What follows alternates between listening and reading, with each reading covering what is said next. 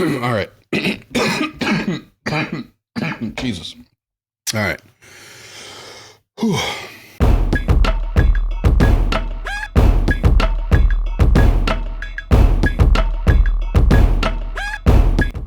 What the fuck is up, you jabronis? Welcome back to the motherfucking Scutch. I have a very special guest with me today. Well, first and foremost, my name is Austin, aka A-Dub, and you're watching the Scutch. This is technically week 2, but it's going to be our first week talking about actual football players because both of my leagues have drafted. Hopefully you all have drafted out there too.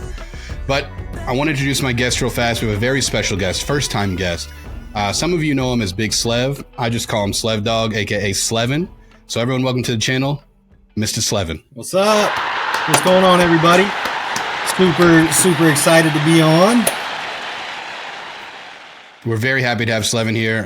For all of you people on my East Coast league, this is my West Coast friend. I know T-Mac knows him, but this podcast in particular is going to be more so focused on our West Coast league. SLEVIN, do you have any opening words before I jump in here to any fantasy football? Oh, man, yeah. It's going to be a spicy one. I'm gonna have to call A-Dub out on a couple things from the draft. You know, he threw me under the bus a little bit out there, so it's gonna be a spicy one today. I had to do what I had to do. You and T were colluding over there, so I had to do what I had to do. So before we get into any fantasy football things, I just wanted to talk to you a little bit about college football. So I'm not normally a big college football guy, right? T-Mac likes Notre Dame, and I usually follow Notre Dame. That's kind of like my team. My mom graduated from Florida, so I support the Gators too. However, I just feel like I'm obligated to talk about Colorado because that had to be the most exciting thing that's happened before NFL football season started. So I just want to get your take on Colorado. How do you feel about them moving forward? And more in particular, how do you feel about either one of those players going up for Heisman this year?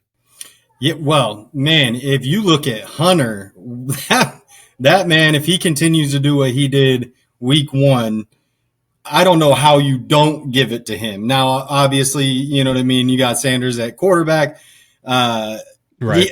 An amazing game, right? Like breaks the record over there. His first game. Yeah, first game in a Colorado uniform. But, man, if you look at Hunter, doing it both ways, 11 catches. Man had a pick.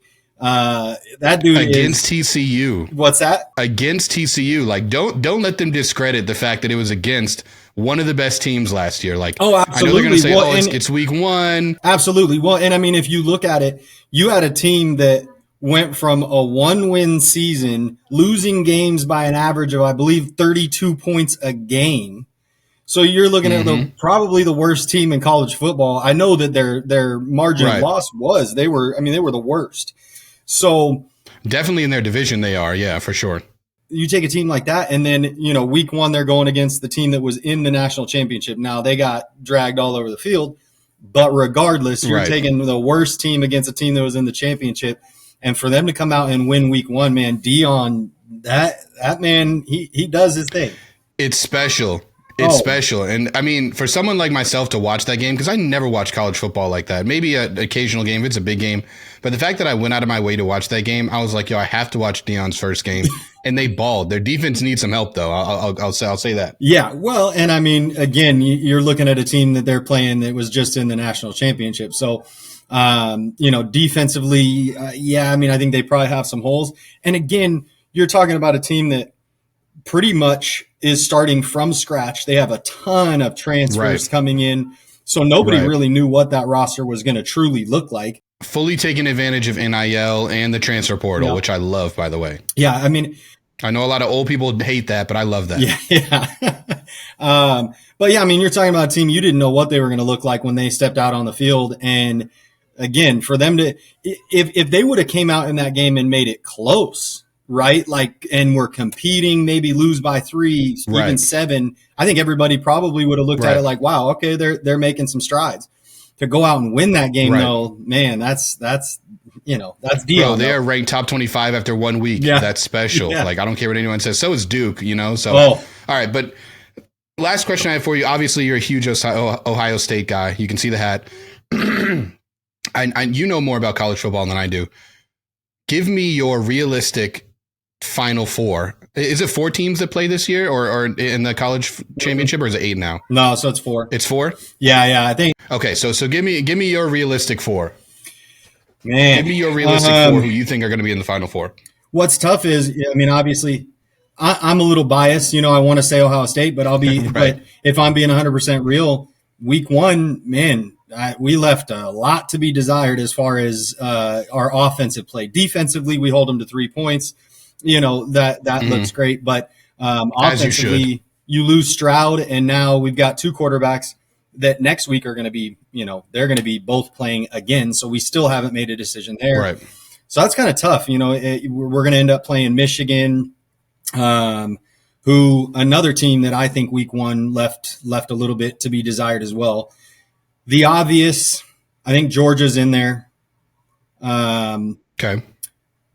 I'm going to say Ohio State gets it together. Typically the offensive weapons that we have, it's just crazy. We've got a stable of 3 running backs that are all, amazing. But I realistically, I think it's Georgia. I think it's Ohio State. Man, for the other 2, Florida State looked amazing in their game against LSU, ran them up and down the field. I could see Florida State maybe sneaking in there. Yeah. And for the 4th, USC. Okay. Yeah. I don't know anything about USC except for Caleb Williams plays for him. That's about all I know. Well, and I guess that's all they need. Yeah, right. Well, they got a great head coach. They have Caleb Williams, and then the other side of it is they've got great offensive weapons. That freshman wide receiver, he's balling out. So they've got some pieces there. Where I think they lack is defensively, and their games are typically going to end up being that kind of shootout style. But with Caleb Williams, I think they can get it done. So, yeah, good, all great picks. We'll see how that pans out. Yeah. I'm going to root for Florida, even though I watched that Tim Tebow documentary with him, and I'm just so excited for the Gators. Like, without giving too much away, I loved it. Yeah. I know they didn't talk about anything of importance, but I love Tim Tebow, man. That's all I can say. Yeah, I didn't see that yet, but I did hear that they left quite a few things out that they probably should have talked about. It's good. You should watch it. Yeah. So getting into our first segment here, I want to talk a little bit about our draft because that's probably the most important thing that's happened. Obviously, this is before week 1. So next we're going to talk about, this is me and Slevin's draft here. We call it the league. And there's a lot of old guys in here that we used to know back in California, but what I want to talk about here is, firstly, who we thought had the best draft. I'll go first. You go second, Slev. Then after that, we'll say who we think had the worst draft. So this might be a little biased, seeing that Slevin's here with me. But it seems like every year, Slevin kind of gets the best value. And I was very surprised when he picked 9th this year and still managed to get probably one of the better teams. And I think that's in a little bit of help from the team after him, who we'll talk about after this, who kind of let him draft that way. But also the people before him. So I'll talk about the first round. So we have 3 keepers in this league, and you can't keep anyone that was drafted in the first 3 rounds. So it makes it a little bit tough because typically they're like value middle of the road guys who get kept there, and usually not the best players. However, I want to go over who Slevin kept. So Slevin's keepers this year were Amon-Ra St. Brown, Stephon Diggs, and CeeDee Lamb. So again, let me say that one more time. You can't keep anyone that was drafted in the 3rd round or later, and those were his 3 keepers. So he's definitely being rewarded for drafting well. I want to compliment him for that. But he already had a leg up going into this draft. So keep that in mind when we talk about his draft after that, okay? So in the first round, Slevin ended up getting Saquon Barkley at the 9th pick. So we're going to talk about that later and what I think was the best value pick. But that has to be up there with one of the best first-round draft picks relative to where you are drafting. Then come around the second time around and he gets Josh Jacobs, which, I mean, we can just talk about it because he's right there. Peanut, who was number 10 pick, drafted Najee Harris with the 10th pick, while Josh Jacobs and Derrick Henry were available. Now, I'm not saying Najee Harris is terrible. I'm just saying I don't think he's as good as Josh Jacobs and Derrick Henry. So Slevin started the draft with 2 of the top 5 running backs in the league, arguably, and 3 of the top 5 wide receivers, arguably. So it was kind of irrelevant what he did from there on out. I think he had the best draft, but I do just want to point out some other picks that he had that kind of cemented him as the best draft. So he got Lamar Jackson in the 3rd round, arguably top 3, top 4 quarterbacks if he goes back to form. Then he took Alvin Kamara after he took his other 2 running backs. So, I mean, who knows? Something could happen to Josh Jacobs, something could happen to Saquon, God forbid. But if it does, he has an elite running back there who could be used as a flex option or who could be subbed in as running back. So I'm putting SLEVIN as my best draft. There, I do have a person that was a very close second. I'm hoping you pick him. But who is your best draft? All right. So excluding myself, yeah, I think it's universal that you had the best draft. I mean, I think everyone would agree. But if you couldn't pick yourself, who would you pick? Yeah, so if I couldn't pick myself, I honestly would have to say I'm leaning towards Jay's draft. That's exactly who I was thinking. Yeah. Yep. So, I mean, if you look at it, obviously where he lands in the first round, he gets Nick Chubb. Nick Chubb over the last 4 years, basically, or 5 years, he is just Mr. Reliable. He's consistently one of the top backs. And then you add the fact that now his backup in Kareem Hunt is out of there.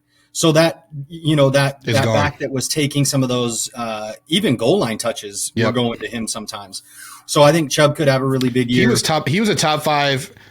I'm sorry, you go ahead. I didn't mean to cut you off. Go ahead.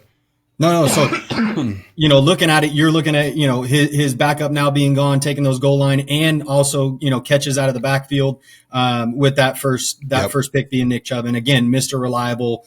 He's rarely hurt, super consistent. So I think that's a great first round pick. And then you roll it back around and he snags Travis Etienne. Again, another one where it's, he's young, up and coming. That team the at the opposite end of of Nick Chubb, I would say. Balling, so I think they'll kind of, continue to hit that stride this year. Yeah, I think those are two great pairings because Nick Chubb is a safe pick. Yeah, I think those are two complementary running backs. So Nick Chubb is a safe option. He has a very high floor. He's going to be safe every week. Then you take Travis Etienne, which is kind of like a boom or bust player. He really could turn up this year. He was one of the people that I drafted last year I couldn't keep because he was one of my top 3 picks. But he's definitely a risky pick. We'll talk about Tank Bigsby later. Excuse me. We'll talk about Tank Bigsby later when we talk about potential pickups on the waiver wire. But Etienne's a perfect complement to Chubb. So I think those two, as his first 2 running backs, were great choices. Yeah. And I mean, so you move down to his 3rd round pick, which is George Kittle. Kittle, to me, is probably my least favorite pick that he made in his top 5, 6, Agreed. 7 even picks, I think. Agreed. And the only reason I say that is Kittle has been riddled with injuries for some time now. When he's out there, he's great, right?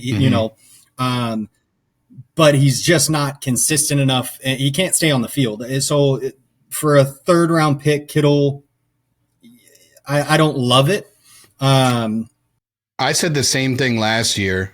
When Tom took George Kittle pretty much early, and I think he's a good tight end, but I think you reach a little bit on him by going for him in the 3rd or 4th round because realistically that team has 4 or 5 better options besides George Kittle, and George Kittle's strength is really blocking.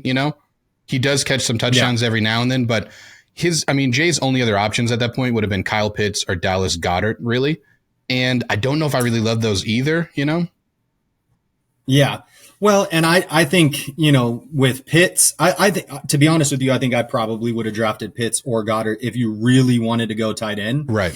But Darren Waller goes off the board in the 2nd round. Yeah. And it's coming back around. And I don't know that tight ends would have started quite as soon, right? Like he takes Kittle, Nandy takes Pitts. Right. So it kind of started that run, but that may have slid a little bit further to where, in that next round, he could get his tight end kind of deal.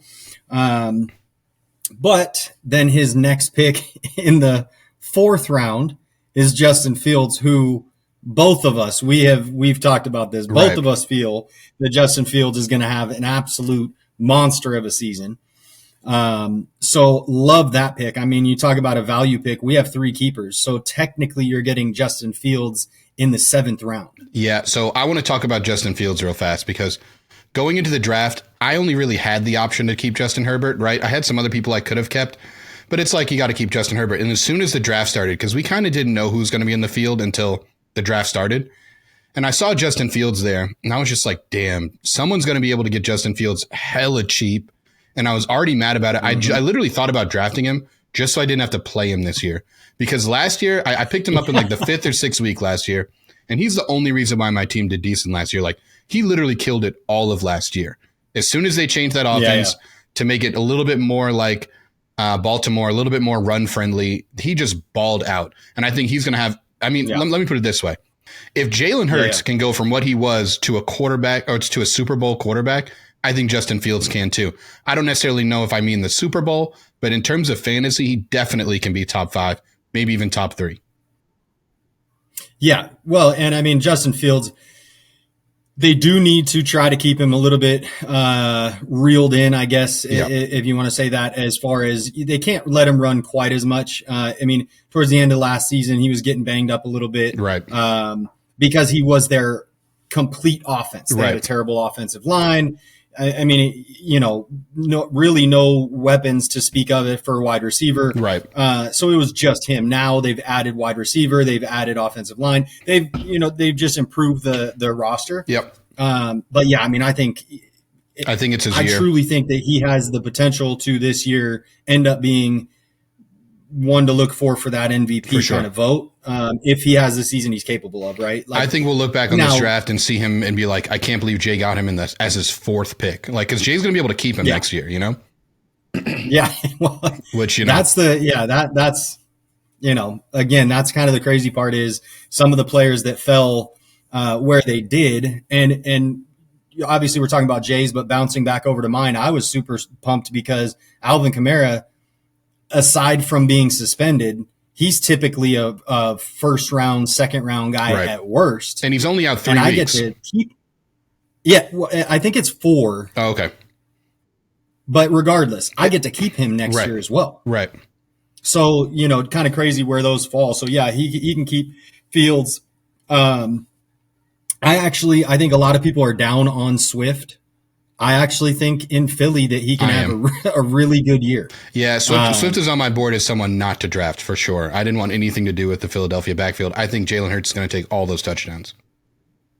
See, and that's where I think, again, like we're talking about Fields, I think that they're going to, once he's gotten the payday that he's gotten, you have to reel it in a little bit. You don't want him to get injured. That's your guy. He's your franchise. Right. So I actually think that with Swift, as good as he is catching balls out of the backfield, and I think that they are going to try to maybe, you know, calm the running down a little bit. Obviously, that's a big part of his game that you have to keep it. But yeah, I mean, I just think Swift, again, a lot of people are down on him. I'm not saying I think he's going to be some breakout like top 5, top 10, even running back. Right. But if he's top 15 and getting him where he got him, there's definitely a world where DeAndre Swift ends up the top 5 running back, and you're like, how do we not see that coming? You know what I mean? Like, I can definitely see that happening. Yeah. I mean, he was electric last year. Now he's on a better offensive line. Also, I just want to point out who Jay drafted around, like what other running backs are being taken around that. And I think he clearly got the best of all those people. I mean, Pacheco went right after him. David Montgomery went before him. I picked up Khalil Herbert, I believe, next round. And it was like Dalvin Cook, Ezekiel Elliott. So I think out of all those players, DeAndre Swift definitely has the most upside. So a good pick. So Gabe Davis, I think Gabe Davis is a great pick where he got him. That's obviously the number 2 option. And Josh Allen is throwing the ball all over the place every game. They seem to not even want to attempt to run the ball. Right. So I think that that's another good pick. But then we get to the 7th round, and this is where my draft takes a turn for the worst. Can I tell you my side of the story first? Can I tell you my side of the story? No.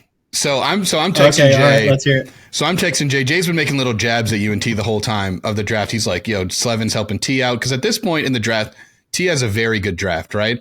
And, you know, we're speculative on if it's all her or it's just you. So I'm like, yeah, you know, Slevin should be able to help him out. Like, that's his wife. So we get to round 7, and I text Jay because at this point in the draft, I'd said something after I took who I just took, which I took Jordan Addison, by the way, right before this. So I look at the draft and I go, hey, there's a guy out there that, you know, is not going to make it back to me, but he's out there. He's a keeper. So Jay texts me, and Jay goes, yo, who should I take? Well, he didn't necessarily say who should I take, but he was just like, yo, who are you talking about? And I was like, 100% take Zay Flowers. Like, I'd guarantee you that's who SLEVIN wants. And keep in mind, I hadn't talked to you about this before. Like, I had no knowledge of you not wanting Zay Flowers. I just know how you draft, and me and you draft pretty similarly. So I'm like, take Zay Flowers. And I mean, I think Jay might have known who he was. I just don't think Jay was really targeting him like that. You know what I mean? No, absolutely. There is no way that Jay was targeting Zay Flowers. That literally no way. 0% chance. I know you guys tried to convince me that Jay said he was looking for him. So I was like, not hey, all right. Not a shot. But yeah, so here's how I saw what happened, okay. right? So you take Jordan Addison. Yep. A little bit of a literally reach. Right before, no, I love the pick because my two, obviously I was hoping that one of those two were going to slide to me. And so when you picked him, I specifically was like, hey, don't throw out any other players like right after you make that pick because then I know one of them is going to be mine. Similar to like you knew I wanted Flowers. Yeah. And I say, don't say anything. Jay picks him. And I swear to you, I was sitting waiting. I'm like, no one's picking him ahead of me. It's like, funny. There's no way. Because your draft up until that point was pretty much solid. Like everyone you had picked up until that point was solid. And then you can tell after that got picked, your head was gone. Like, you didn't make bad picks, but it was clear that you didn't get your guys after that. Oh my God. It literally threw a monkey wrench into everything. I swear to you, I'm not even exaggerating. I was sweating. I was so mad. And then I end up pulling the trigger on Brandon Cooks after that. Now, he could end up having a big season with the Cowboys. They throw the ball all over the field. But you're not keeping still, Brandon Cooks next year. I really wanted Flowers. And one of the reasons obviously being that I get to stack him with Lamar Jackson. Right. So that would have been huge potential keeper situation. I didn't even notice that, Slev. I'm not even going to lie. Until you just said that, I didn't even realize that. Oh, that's why I was so furious. He's going to be the clear wide receiver one there, by the way. You said Flowers? Yeah, he's going to be the clear wide receiver number one there, I feel like. So here's the thing, though.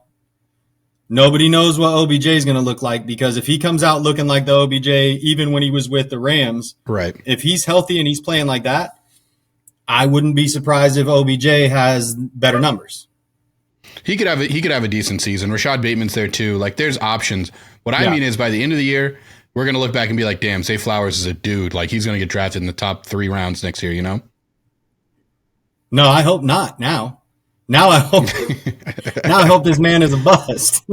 So you have Jay as the best draft. I have you as the best draft. I did have Jay as the second best draft, and I just want to give a shout out real fast to Gillette because I feel like Gillette had an excellent draft minus the Justin Tucker pick. If you take that out of the equation, I genuinely think she had a great draft. You know, I think she took some people too high, but if you look at her last 4 or 5 picks, I think she's going to be good this year. Yeah. I mean obviously, you got to love the Austin Eckler pick. That, you know, again, he's similar to Chubb in the sense that, like, you know, he's been balling every single year. You can pretty much just count on that. Right. Right. The only I don't know. I don't know that I would go with her as my, I guess, third. I actually think that Nandy, based on what his keepers were and then who he drafted, could have a pretty solid. That's the reigning champ. So you know you can't count him out. He's traded his keepers. He's already traded his keepers. So he traded me Devontae Smith for my 4th round draft pick, which ended up being Keenan Allen, and then he traded someone else for his other keeper. So he was making moves. You know he was going to lose those keepers either way. Yeah, he was making moves, and I guess now that his keepers have been traded away and what he added.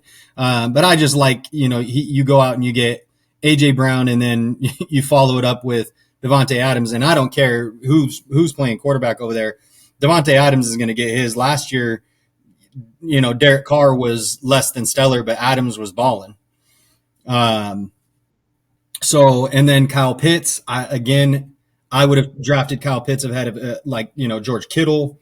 Better than Kittle. But let's not hang on real quick, because let's not get it twisted. My pick for best draft is me. Yeah, no. But you said if I'm out of it, I agree with you. So I give second best to Jay. You just like the pieces fell so perfectly for you in the first 4 rounds. So can we talk about the first round real fast? Can we just go pick by pick on the first round? The next segment is going to be worst picks of the draft. Not necessarily worst draft, because I don't want to shit on someone for having the worst draft, but I think we all can agree it's Peanut, right? Let's just talk about the worst picks of the draft. And I want to, so obviously the worst pick in the draft is Mingo. I don't even know his first name. Jay Mingo as I think he was picked in the 5th round or 6th round. Like that's clearly the worst pick. So we don't want to talk about that. But besides that, I want to talk about this first round, because genuinely, I think everyone messed up in the first round. Like everyone. So obviously I can mess up, right? I have first pick. I take McCaffrey. That's kind of a no-brainer. But I think it's wild to take Tyreek Hill second. Do you agree? Yeah. I mean, now, again, in our league, something that you have to consider there is, who their keepers are and things like that. But even looking at his keepers. I was just going to say, I'm so glad you brought that up, because he's keeping Jonathan Taylor. How do you not take a running back first? Yeah. Well, and that's just it. Sometimes that can, play a role. But at the same time, you got to, right? Like you're talking about Jonathan Taylor. Who knows if he even plays this year? Right. Agreed. So Which you may have even just, more reason. Exactly. So you may have just made your road, that much harder by taking a wide receiver, and then he keeps a quarterback and another wide receiver. So yeah, I mean, I absolutely think that in the number 2 pick for him, especially who his keepers are, Austin Eckler is almost a no-brainer. He should have been taken. I was debating taking him first. Yeah. So I was mad. Like, obviously you had a great draft pick, but when I'm watching this first round go off, I'm like, how is Saquon Barkley still there? Like, okay, so I'm sorry. I digress. So third pick is Travis Kelce. In retrospect, that's a terrible pick. He's not playing. He's hurt right now. Even if he wasn't hurt, I think that's still a crazy reach for Travis Kelce. Having known that Austin Eckler was there, Bijan Robinson is there. I think I spoke with you about this before, but I think Bijan's going to go off. I think that was a great pick by T, by the way. But the fact that he took Kelce there is kind of wild to me. His keepers were Tony Pollard and Kenneth Walker, so I can understand him not taking a running back. But in a league of 10 people, you kind of have to play keep away. Like, in his situation, he should take a running back so he never has to play that running back. That's how I felt when I drafted. Yeah. Like, well, and in defense of, like, him taking Kelce, if you're looking at it with the 3 keepers, he's got 2 running backs. He's got a wide receiver. Yep. Waddle, I mean, he's a number 1 receiver on a lot of people's fantasy teams. I know Tyreek Hill's there, but he's balling. Right. They're spreading the ball around. So in defense of that, like, I would just say Travis Kelce is literally, I mean, he hasn't missed since becoming a starter. He hasn't missed a game. So no one saw it coming. Banged up right now. I think he'll be fine. And he'll come back and be, the Travis Kelce everybody is used to. I just never saw it coming. When he drafted him, I never saw that coming. You know what I mean? That's how I feel. I thought T was going to be able to get Kelce. And I guess where I was going with the defense of like, him drafting in there. Well, when you think about it, if you can have the best player at every position on your team, or one of the best at every position on your team, you're going to be sitting real pretty. That's an advantage. And Kelce's head and shoulders above everyone when it comes else to fantasy production. Like, he's top 5 wide receiver. He'd be a top 5 wide receiver if he was wide receiver. So I feel you. Exactly. So it's one of those things where now he's got great wide receiver in Waddle. He's got Tony Pollard, who I think is going to ball out this year. Kenneth Walker, I'm not as high on. Me either. But when you can pair those and then get that number 1 tight end who's leaps and bounds ahead of everybody else, I mean, to me, I think that's a huge advantage. But again, it is maybe a little early for it, but I can't fault him. Yeah, and then at 4th, this is why I really had Gillette up there as one of the better drafts, because she somehow had Austin Eckler slide to her at 4th, which I love that pick. It would have been crazy if she didn't pick him. Like, I was waiting for it to happen again, but she did. So good for her, which set T up perfectly to draft Bijan Robinson. I was so mad when that happened because in my head I was like, damn it, I was thinking about trading back, right? I was thinking of trading with like Jay or someone like that because I was just like, you know what? I don't really believe in Christian McCaffrey, and I'd much rather have Bijan or like Nick Chubb because I think they're just more solid. But I mean, good for her. I feel like he's going to absolutely ball out. I think the Falcons ran the ball the most out of any team last year. Yeah. Yeah. I mean, and he's stepping into basically the number one run offense. And he's not, I mean, I wouldn't even necessarily label him as a running back. He's just a weapon. Right. You can line him up in the slot. So they're going to find ways to get the ball and put it in his hands for sure. I believe they drafted him, 9th or 10th? Like they're going to use the hell out of him because they spent draft capital on him. He's going to be their guy. The offense is going to run through him. I want to say he might have even gone 7th. Yeah, it was something crazy high. Him early. Yeah, like they like him. They love him. They're going to use their offense is going to 100% run through him, you know? Another reason why I don't like Kyle Pitts, by the way. I feel like Kyle Pitts is going to be forgotten in that offense. And then, so Jay takes Nick Chubb. We already talked about that. Solid pick. Can't be mad at him for that. However, I would say I might have taken Saquon at that point in time. I mean, I don't know how everyone feels about Saquon, but I mean, I got to watch him a lot last year. He balled out last year. Like he was hurt for a year, so people kind of forgot that he's, in terms of talent, definitely top 3 in terms of talent for running backs in the league. Maybe even top 2, for being honest, you know? But I'm not mad at the Nick Chubb pick. Now, this is where it gets crazy for me. I just want to talk about this. And Andy, I'm not shitting on you. I have A.J. Brown in my other league. But to take A.J. Brown and Mark Andrews before Saquon Barkley and Derrick Henry, in my opinion, is wild. Yeah. Yeah. I mean, again, you know, like I like A.J. Brown this year. But I would 100% agree that there are a few guys that I think should have gone, you know, before him. And the fact that, you know, like you said, even with him trading his keepers for draft picks, the one that he got from you was a wide receiver. The other one that he got, was it Richard? Yeah, he got I believe it was a wide receiver from Rich. It was Mike Williams. Yeah. See, so I just think, you know, in that position, especially knowing who you're kind of trading for already, it would make more sense to go first round running back because you're building a stable of wide receivers based on your trades.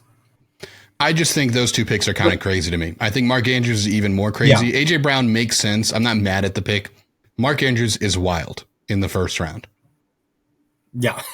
Especially when Saquon's on the board. And I mean, like I said, people evaluate people differently. I had Derrick Henry way higher than everyone else, apparently, and Jahmyr Gibbs, apparently. But I think the only tight end that should be taken in the first round. Now, granted, it's the 4th. You got to think about the fact that we are a 3-keeper league. Right. So technically, this is kind of a 4th round pick. So maybe it's not as crazy. But with the people that were like still there that were remaining to draft, I don't see how you go Mark Andrews. And again, the next tight end to get picked is at the very end of the second round. So Andrews more than likely still slides to him in the second. Right. And in a 10-team league, I keep saying that because this is a 10-team league. I thought it was 12 for some reason. But in a 10-team league, only 10 tight ends start. So if you don't get Kelsey or Andrews, you can kind of wait, in my opinion. There's really no difference between George Kittle and Dalton Schultz to me. Like maybe a little bit, but it's not like enough for me to spend draft capital on him. So the fact that Waller and Andrews went in the first 2 rounds is kind of wild to me. Yeah, I mean, Kelsey, no matter what, I think Kelsey's a first round, and you know, for reasons I already said, you know, obviously he's leaps and bounds ahead of any other tight end. So there's a huge gap there. But you know, as soon as you get down to Andrews or, you know, Waller, any of these guys, I agree with you 100%. The gap between Andrews, Waller, and then let's just say, I think it falls off after that. I mean, let's go down to like Ingram. Yep. Right. I drafted Ingram as my tight end way further down the line. You're probably going to get the same production. Could have similar production to those guys. For sure. So I drafted. I don't know that I would. Speaking of tight ends, have gone for it that early. So speaking of tight ends, let's get to our next segment here, which is the best pickups of week 1. Basically, whoever you can pick up off the waiver wire before week 1. And we were talking about tight ends. I ended up drafting Dalton Kincaid in 9th round, which I thought was good value. I mean, he plays on the biggest pass offense in the league. He kind of was drafted kind of early, so I think he's going to be used as like a second wide receiver there.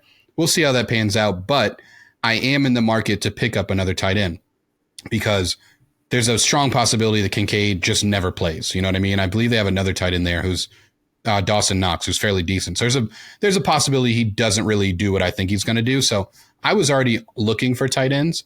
And then, of course, as soon as I start looking, Travis Kelce gets hurt. So all of a sudden I have competition in the tight end market, right? And I don't know if you were checking pickups, but recently, as you should, Larigo picked up Tyler Higbee, which I was surprised he wasn't drafted, first of all. I was looking at who was drafted ahead of him. Surprised he wasn't drafted. Obviously, Cooper Kupp's not playing week 1. We'll get to injuries later, but Kupp's not playing week 1. And besides Kupp, there's not much going on in that offense in terms of passing. I think that's a great pickup for him.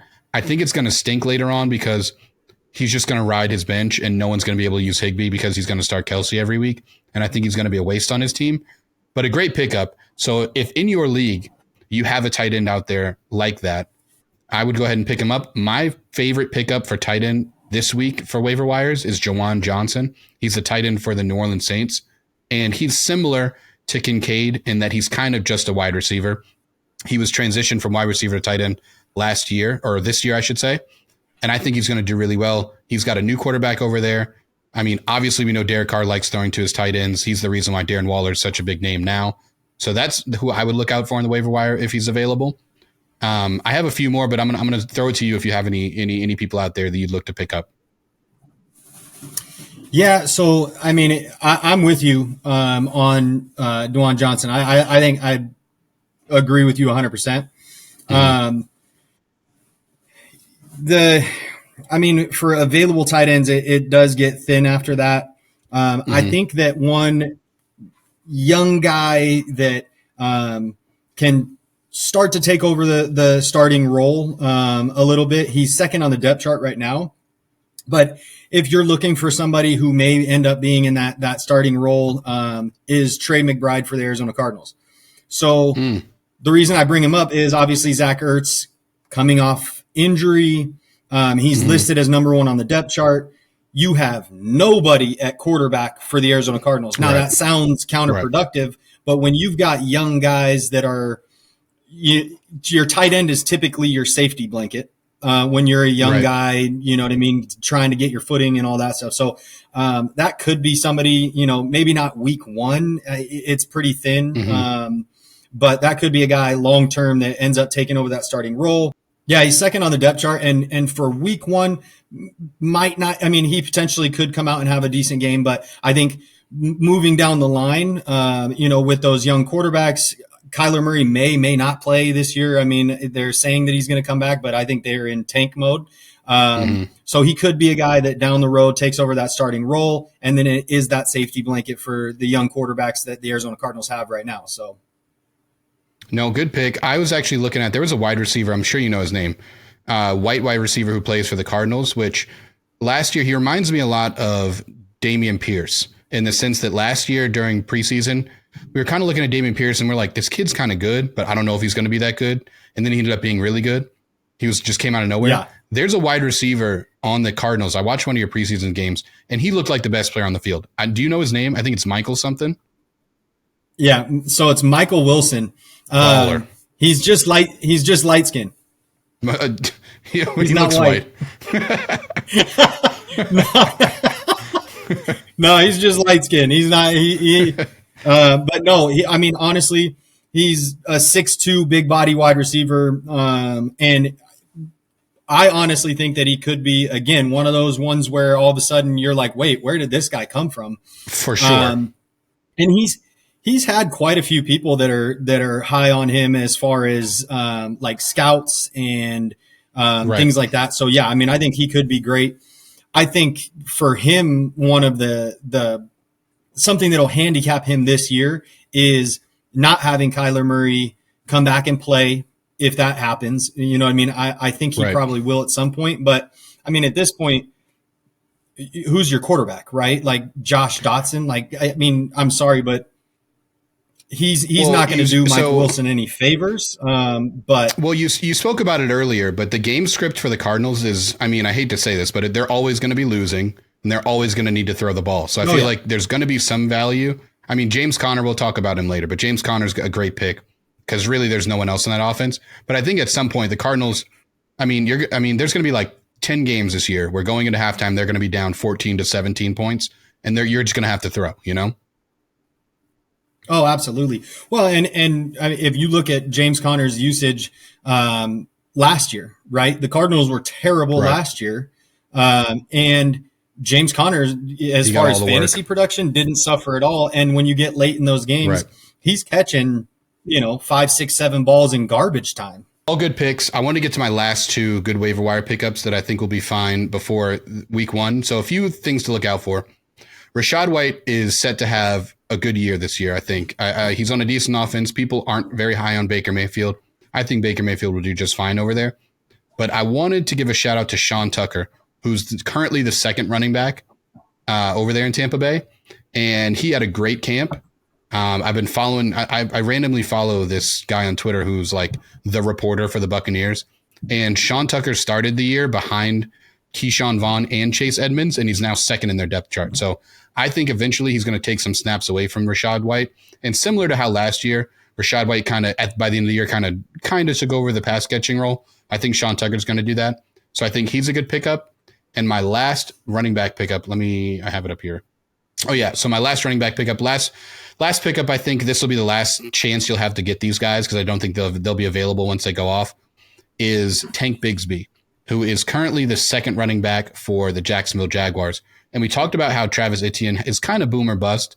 You know what I mean? He was a little hurt last year, but he was inconsistent. He has big plays and then small plays.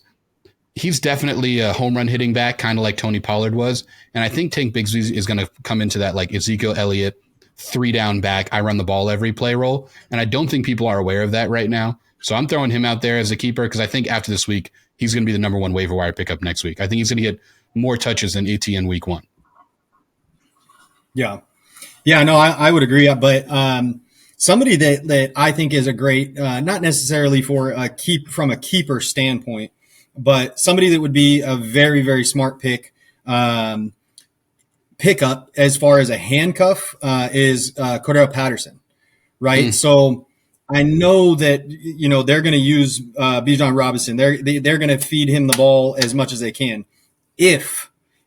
Now, knock on wood, right? Like I don't want to wish anything on that young man because he is going to be a beast. Right. But if something does happen to him, Cordell Patterson for the past 2 seasons has been a great pickup because he's that hybrid. Yep. I mean, he came into the league as a wide receiver, moved to running back. So he's that hybrid guy that can step into that role seamlessly. Yep.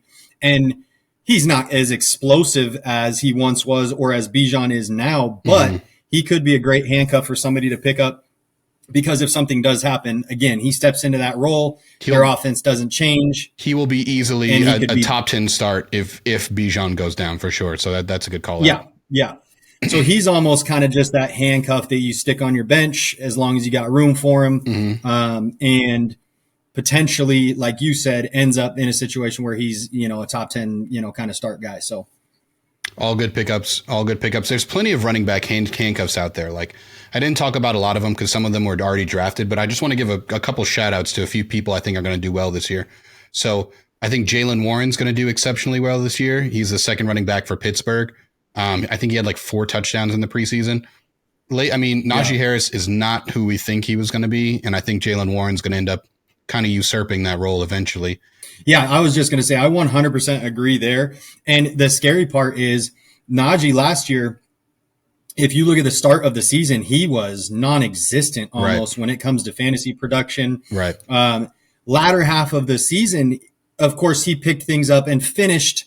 He ended up finishing okay, as the standings go. But once you add in the young fella and he's looking super explosive, right, all of a sudden those, the catches out of the backfield are going to be minimized. Some of his touches are going to be minimized. And you needed him to go back to 2 seasons ago when he was touching the rock, 20 plus times a game. You know what I mean? So Right. I just don't see how he goes back to that type of production. So I was in this draft. I was fully staying away from Najee Harris. Just me personally. I just think it's wild that Najee Harris was drafted in the first round and Warren was drafted in the 10th round. Like, I feel like they're going to have equal productivity all year, if not more, from Jaylen Warren. So getting into our next segment, it's a new segment for this year. It's going to be called Smoke or Fire. And we're going to start off with our fire players. And what I mean by fire, SLEVIN, is someone that's going to outperform their ADP, and more specifically, someone outside of the top 12 that you believe is going to finish in the top 12. Okay. So, I mean, starting off with somebody who I think is going to have a big season, and that's Dalvin Cook. A lot of people think that they brought him in as, kind of a crutch to get them, back to a spot where, I'm going to draw a blank on his name. Who's the running back? What's his name? His name is Breece Hall. God dang it. Yep. I couldn't think of that freaking name. Yep. So everybody thinks that Dalvin Cook is going to end up being this crutch that they use just to get back to where Breece Hall is healthy, and then Breece Hall takes over that starting role. I got to be real. Dalvin Cook, when healthy over the past, 5 seasons, has been a top back every single year. Mm-hmm. And I just don't see a scenario where if they start the season off and Dalvin is balling, which with the roster constructed the way that it is, he very well could be. I just don't see a situation where Breece Hall necessarily takes that from him. Now, he's going to take some production away, but I still think Dalvin Cook has enough touches in that offense, in that explosive offense, right? Now with Aaron Rodgers and everything like that. Right. I think personally that Dalvin Cook still finishes the year out as more of the RB1 than Breece Hall. Now, I could be proven wrong on this, but I just think that Dalvin is one of those guys for me that when you look at the draft, again, we got to consider that's a 3-keeper league. Right. So you're talking about him going in the 6th round, right? Technically the 9th round. Right. And he could end up being one of those guys, right? A top 10 running back, maybe top 12. But I just think where he was drafted for our draft in particular, I think Dalvin Cook could end up being one of those guys. No, good pick and good point there with Breece Hall. I think he's currently injured. I know he hurt his knee last year, I believe. So I don't know if he's really going to. Go ahead. Yeah, well, and that's a big piece to it too that I didn't necessarily throw in there is when you look at the history of running backs coming back off of an ACL, they typically, even for a full season, aren't necessarily back to 100%. Now, whether that's physically or mentally, they're just not quite back yet. Now, usually second year back off of an ACL, all of that's out of your mind. You're running the way that, you would, and you're not thinking about it. So again, that's a big piece that comes into it too, is he's coming off of an ACL. And if you look at the history of running backs, they typically don't perform at the highest level the first year back from an ACL. Great point. I wanted to make this comparison real fast because Breece Hall is being drafted as though he's going to be the running back 1 over there. But it's interesting that someone like Javonte Williams is being underdrafted because he's hurt and because he's not ready week 1. But we're not doing the same thing for Breece Hall. Granted, Breece Hall did have a better year last year, but it's just interesting to think that people think Dalvin Cook is just going to be some backup that may not see the field. Like he may end up being the running back 1 there, Yeah. I mean, I think if you look at his body of work, and even last year, Dalvin Cook was it's not like all of a sudden you saw a huge dip in his production, right? Right. So they just couldn't get the contract worked out. And obviously, the way things are going in the league with running backs and signing any type of contract. Right. So he ends up on the Jets. And again, like I said, I mean, I just don't see a scenario where he becomes a true backup to Breece Hall coming off of an ACL. He was super explosive as a rookie, but I don't see that happening. So I think that based on where he's getting drafted, it could be a huge value for Nandy in that circumstance. So yeah, so I'm going to be super salty on this one. And at this point I want him to be a bust, but Zay Flowers, right? Yeah. Right now, looks like he's number one wide receiver on the team. Of course, you have OBJ. No one really knows what that's going to look like just yet. But you've got a new offensive coordinator. They're saying that they're going to throw the ball quite a bit more this season. And Flowers, to this point, through training camp and preseason, has looked like he's going to be that dude. Yep. And again, you're talking about him getting drafted in the seventh round. I think it was like the right? top. So, I thought you meant the real draft. He got drafted hella high in the real draft too. Yeah. But yeah, I mean, in our fantasy draft, you're looking at him as a 7th round wide receiver. Right. And again, considering we have 3 keepers, that's pretty wild, right? That's a if steal. you do a 10 team snake draft, you're talking about a guy you're getting in the 10th round. Yep. I think that's a steal. And I wanted to point out, the last time that team had a true wide receiver one was Hollywood Brown, and he balled out that year. So I feel like all they just need is, Zay Flowers is very similarly built to Hollywood Brown, pure speed. You know what I mean? Obviously the defenses have to account for Mark Andrews and Lamar Jackson. So I feel like just a home run hitting wide receiver is exactly what they need. I feel like he's going to do well. So good pick. Yeah. Well, and the other part of that too is, as a defensive coordinator, if you go based on what you have seen most recent from OBJ, you've got to account for that man too. And I don't know that in the beginning of the season, whether they're running a safety over OBJ side or trying to double team him. Even for the first couple of weeks, right? OBJ, if he's healthy, what he can kind of do. So he's going to take attention away from, on the defensive side of the ball from Flowers, and Flowers he's obviously going to benefit from that. Yeah, that's a good point. And then, like you said, that's a good point, Slev, because even if he comes into the season and he's technically their wide receiver too, that's a benefit for him because he's going up against second string cornerbacks. Jahan Dotson benefited from that last year. Kind of why I was low on Terry McLaurin this year, because he's always drawing the number one cornerback. So he gets a lot of attention, and Jahan Dotson 8, and I feel like if Zay Flowers is second wide receiver, that's going to be even better for him.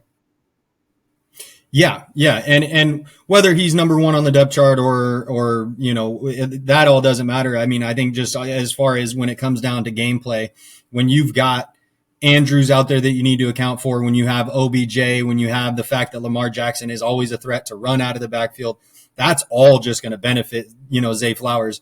You talk about Hollywood Brown when he was there, it was him and Mark Andrews, and that was, basically it. Yep. So, definitely something that he can benefit from having those guys there taking looks away. And then who do you have for your third quarterback or tight end?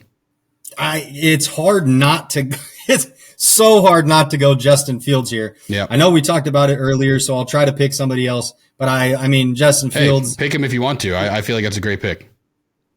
Yeah. We kind of talked about it before, but I just, I think that he's primed to have a huge season. He's clearly a threat to run the ball. When you're talking about fantasy quarterbacks, if you don't have a mobile quarterback, you're taking a huge hit, right? There's very few quarterbacks outside of essentially Patrick Mahomes at this point that is going to give you the production that you are looking for, out of a, top tier quarterback if they're not running the ball. And he's a huge threat running the ball. Mm-hmm. And then again, revamped offensive line, revamped wide receiver core. And this is kind of a make or break year for him. And talent wise, the dude has it. He's got it. I just think where he got picked, you and I both agree on this, and we talked about it earlier, but could be an MVP type season for Fields. For sure. And as far as fantasy goes, regardless of their win-loss record, he's going to eat this year. He's going to eat. Jay's going to look back on it. I feel like Jay's going to look back on it, and that's going to be his MVP of the year for sure. Is going to be Justin Fields. He's going to be like, damn, I didn't know this guy was that good. The other, similar to Justin Fields, and again, this is my pick, but I love the fact that I got Lamar Jackson in the 3rd round. Yeah. Lamar's a guy who's already won an MVP. Right. You add a ton of weapons over there on the offensive side of the ball. He's healthy. And he just got paid. He's primed and ready for kind of a return to, that MVP status. So, again, I love that I was able to get him in the third. But yeah, getting Justin Fields, full round later, you gotta love it. So all great picks. I'm going to start with my quarterback, and I'll work my way back to the running backs because I have too many running backs. But so I'll start with my quarterback pick of the year. I don't really have any tight ends I love too well. I mentioned Higbee before. I think Higbee will be fine. I think he's going to end up being a great pick. But my quarterback pick for the year, my fire pick for the year is Tua Tagovailoa, and I'll tell you why. So Tua Tagovailoa currently is being drafted after Aaron Rodgers, right before Deshaun Watson. And if you look at the first round in any draft, typically Tyreek Hill and Jalen Waddle are picked there. So I think it's wild that people are admitting that there are two wide receiver ones, potentially top 10 wide receivers on one team. Someone's got to throw him the ball. Someone's got to be able to support that. And I think it's wild that Tua got a few concussions and people all of a sudden think he's just an average quarterback. I truly believe this year, if he stays healthy all year, he's going to be a top 3 quarterback. And I targeted him in most of my drafts. I just wasn't able to get him. I mentioned in our draft, I kept Justin Herbert, so I didn't really have a way to draft him. And in my other league, I kind of got like Justin Herbert kind of fell to me, so I had to pick him. But in all my drafts, I was going into it thinking, I'm going to let all these guys draft these quarterbacks, and I'll take Tua in the 7th, 8th round because realistically, he's going to be fine. And if you're going into a season thinking, I'm not drafting this guy because he could get a concussion, what are you doing? Everyone could get a concussion. Granted, he has history of it, but like, you know what I mean? I think that offense is on fire. I think their coach is a really great coach, and I think he's going to super outperform his ADP. So that's my quarterback pick. Yeah. And I agree. Obviously, you've got, two monsters at wide receiver down there. Like, I mean, and like you said, somebody's got to throw on the ball. When Tua was healthy last season, through the first, 8 games, I believe they were 8-0. Mm-hmm. So clearly he was balling. He was doing his thing. And I think Hill at that point through the first 8 games was leading the league in receiving yards, and Waddle was probably not far behind, probably right. Top 5 is my guess. Right. So I agree. I would say the cautionary part that people need to take into this season is the fact that if you look at some of the concussions that he had, and I agree with you, right? Like you can't draft based on, if this guy gets a concussion, but if you right. look at how he got some of those, man, some of them were pretty routine plays where right. for whatever reason, I don't know if he falls funny or what, but yeah, he's getting, he's bouncing his head off the ground, concussion, and it's coming pretty easy. And the scary part is if and when that happens, is he now in a situation where he misses the entire season because of the history of it? So that's that. I mean, it does play a factor with him because it is a little bit different, right? I think if you look at whoever, doesn't matter, Dak Prescott, he gets a concussion. He goes through concussion protocol. Nobody really talks about it. He's back in. Tua gets a concussion, and now all of a sudden it's almost pressure on the team from outside, outsiders that are like, hey, you can't play this guy anymore. He's going to die on the football field kind of deal. So just something to think about there. But I agree with you. If you're drafting based on saying, okay, this guy's going to get it together, stay healthy, he'll have a monster season. So yep, agreed. So for my wide receiver pick, I'm bouncing between a few. So I'm going to throw some names out there, and then I'll tell you exactly who I'm thinking about. But I think Jordan Addison's one of them. I think he's going to I think people have forgotten that obviously you can have 2 wide receivers on one team do well.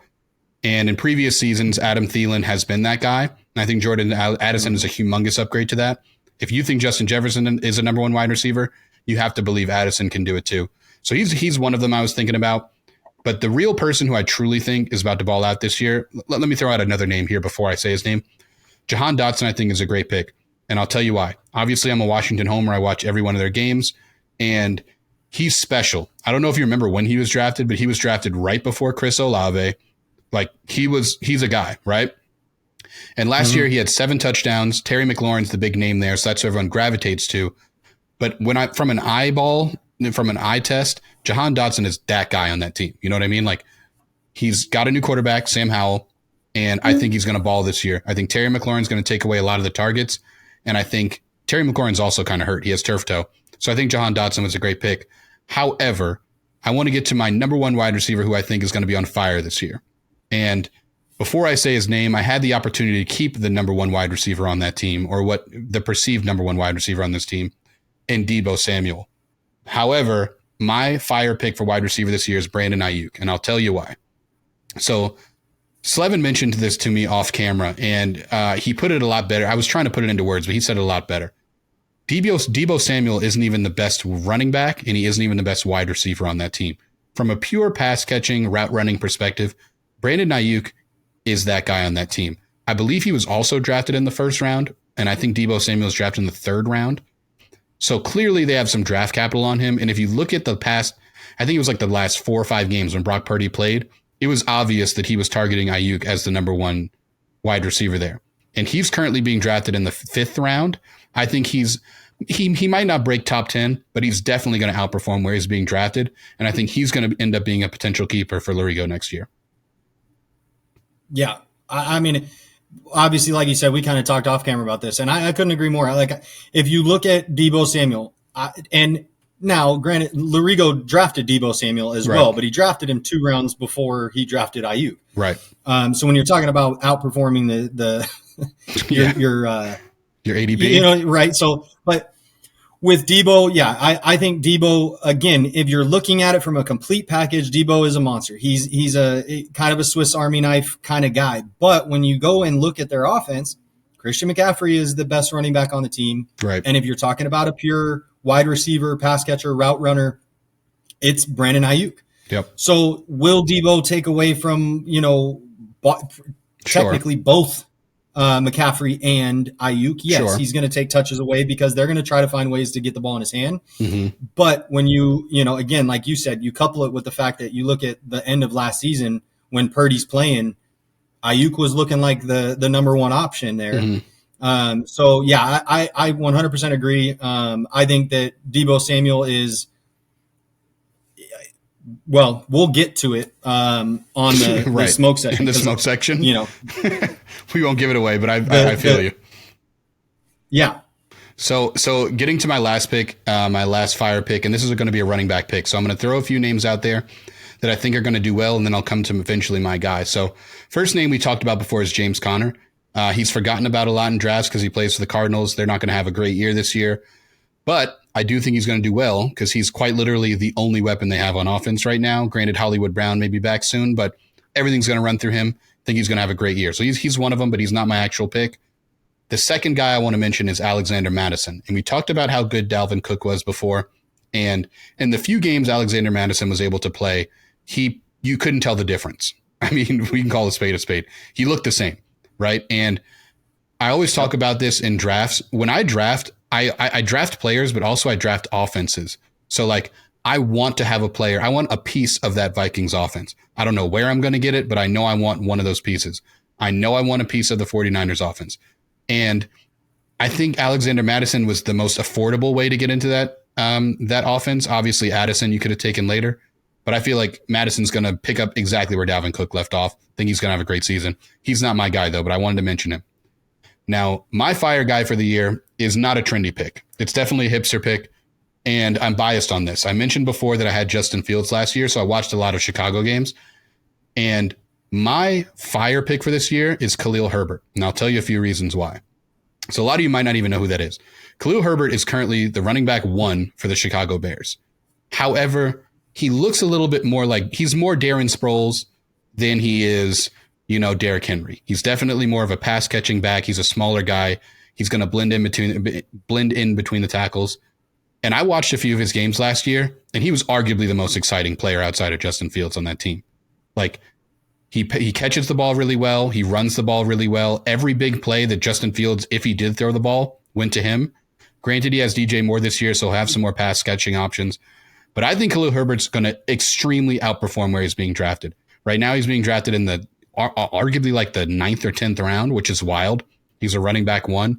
And I think that offense takes a step forward this year. And I think he's going to be a trade target for a lot of people moving into this year. So that's my running back for number 1. Do you have any thoughts on any of my fire picks? No, I agree with all of them. And I definitely, again, I agree on the Herbert pick as well. Like, when you look at an offense that you don't only have to think about a running back in the sense of like trying to stop the run, right? Justin Fields, last year you look at his rushing numbers. He would have been a top he would have been a top 5 running back Right. Towards the end of that season. Right. So when you're talking about defenses trying to figure that out, again, the other thing that offense and offensive coordinator has talked about fixing was they were the worst in the league with yards after catch. Mm-hmm. And with that being like that in mind, they're talking about throwing more screen passes, throwing more passes out of the backfield to the running back, getting their playmakers in the open field and, creating plays. You go to, the preseason game where Herbert catches one out of the backfield and goes, 60 yards, 60 whatever yards, it was for a tug. Yep. So, you look at that and I 100% agree that I think he's primed to have a big year. Because they are, like you said, a little bit more Darren Sproles kind of than Derrick Henry, right? But that's what they need. They need that weapon out of the backfield. And I would say similar to an Austin Eckler, he's very capable to run it in between the tackles, right? But he's an absolute monster when you get him the ball out of the backfield. Agreed. All right, so those were our fire picks. We're next going to get into our smoke picks, and what we mean by smoke is a player that's being overdrafted, overhyped. Someone who may have a big name, maybe it doesn't have to have a big name, but someone who their name holds weight, not necessarily their talent, or at least what you think their talent's going to be like this year. So I'll throw it to Slev. Give me your first smoke for the year. It's gotta be Deebo Samuel. I hate to do it, right? But I truly don't believe that he should be drafted, looking at it in ours, of course, 3rd round. But with players that are still available, in my opinion, that I would draft over him in a heartbeat at wide receiver. You've got Johnson with Pittsburgh. That was a great pick by you. Absolutely. Thank you. Great pick. I love that pick. But you could go through quite a few players that realistically I'm taking over him. And one thing that I think people, they want to get like all excited about the bells and whistles, but Brandon Ayuk finished as the number 15 wide receiver last year in fantasy. Mm-hmm. That's hard to do. Do you know where Deebo finished last year as a wide receiver? He was hurt, so I'm going to cut him some slack, but he definitely finished probably super far off. I know. I get it. He was injured, I'm going to guess. Oh, damn. I wasn't even going to guess that far. He was 40th. Right. So I just kind of look at what we have to look at. Yep. You've got a guy who was ranked 40th and then a guy on the same team ranked 15th. Now I know he did have the injuries, which again is a concern to think about going into this season. Absolutely. So yeah, I would say Samuel, especially just where he's being drafted, right? I think good pick. I think people are too high on him. I think that's a great pick. Obviously, this league is full of 49ers fans, so I think it was inevitable that he was going to get drafted high. But even in other leagues, I think he's just being overdrafted based on the season he had. What was it, 2 years ago, 3 years ago? Yeah, 2 years ago. And of course, 2 years ago when he had that breakout season, no Christian McCaffrey. Yep. You had a stable of running backs that were all injured. Just keep going through it, right? Right. So you have a stable of running backs that are all injured that year. No Christian McCaffrey. And Ayuk, I believe that year was a rookie and had a slow start. He had some little bit of problems with drops that year, so they were almost scared to put him in the game. Mm-hmm. So you're talking about a rookie who had a little bit of a slow start, no running backs, and he blows up. Now, I'm not saying the guy is a scrub. Right. I'm just saying he's not the best running back, not the best wide receiver on his own team. Being overdrafted. Definitely smoke for where you draft him. There's a lot of better options you could have had besides him. I agree. So so great pick. I'm going to throw it to my first smoke, and I'm going to stay with the wide receiver theme. I kind of gave it away because I was looking at him on here, and I didn't realize I was sharing my screen. But my smoke for the year is going to be DK Metcalf, and I'll tell you why. So it's not necessarily that I think he's bad. Very similar to Deebo Samuel, right? Let's pull up his numbers real fast. That's what I was actually looking at. Where are we? Right here. Let me pull up DK Metcalf. So let's look back on his previous years, right? Even last year, he was wide receiver 16. Year before that, he was wide receiver 14. Year before that, he was wide receiver 7. So he's had a great career. It's not like he's a bad wide receiver. However, the Seattle Seahawks drafted Jackson Smith and Jigba with, I believe, the 11th or 12th pick. And they also have Tyler Lockett. Like, Tyler Lockett is so slept on. he is every year. I mean, let's look at his numbers. Last year, Tyler Lockett was the 13th best PPR wide receiver. He was better than DK Metcalf. The year before that, he was 15th. Metcalf was 20. Right. The year before that, he was 15th, 8th, 13th. Like, Tyler Lockett is a great wide receiver, and he's slept on. Yeah. Now, the reason I put DK Metcalf in my smoke is where he's being drafted. In our league, I believe he was drafted as the 8th or 9th best wide receiver. I don't think he finishes there. Maybe in years previously he had a shot at it, but this year there's just not going to be enough touches to go around. I think Geno Smith is a decent quarterback. I think he had a great year, but I think this year he shows his true colors, and I think he regresses from where he was last year. And I just don't see DK Metcalf sustaining any success, especially with Jackson Smith and Jigma gets healthy, because I feel like he's going to take over that like slot role, and he's going to catch more passes than either one of them. Yeah. No, I agree, right? You've got Jackson Smith that comes in. Of course, me being a huge Ohio State fan, man, when Jackson Smith and Wilson and Olave were the 3 wide receivers at Ohio State, which is crazy to think about now. Yeah.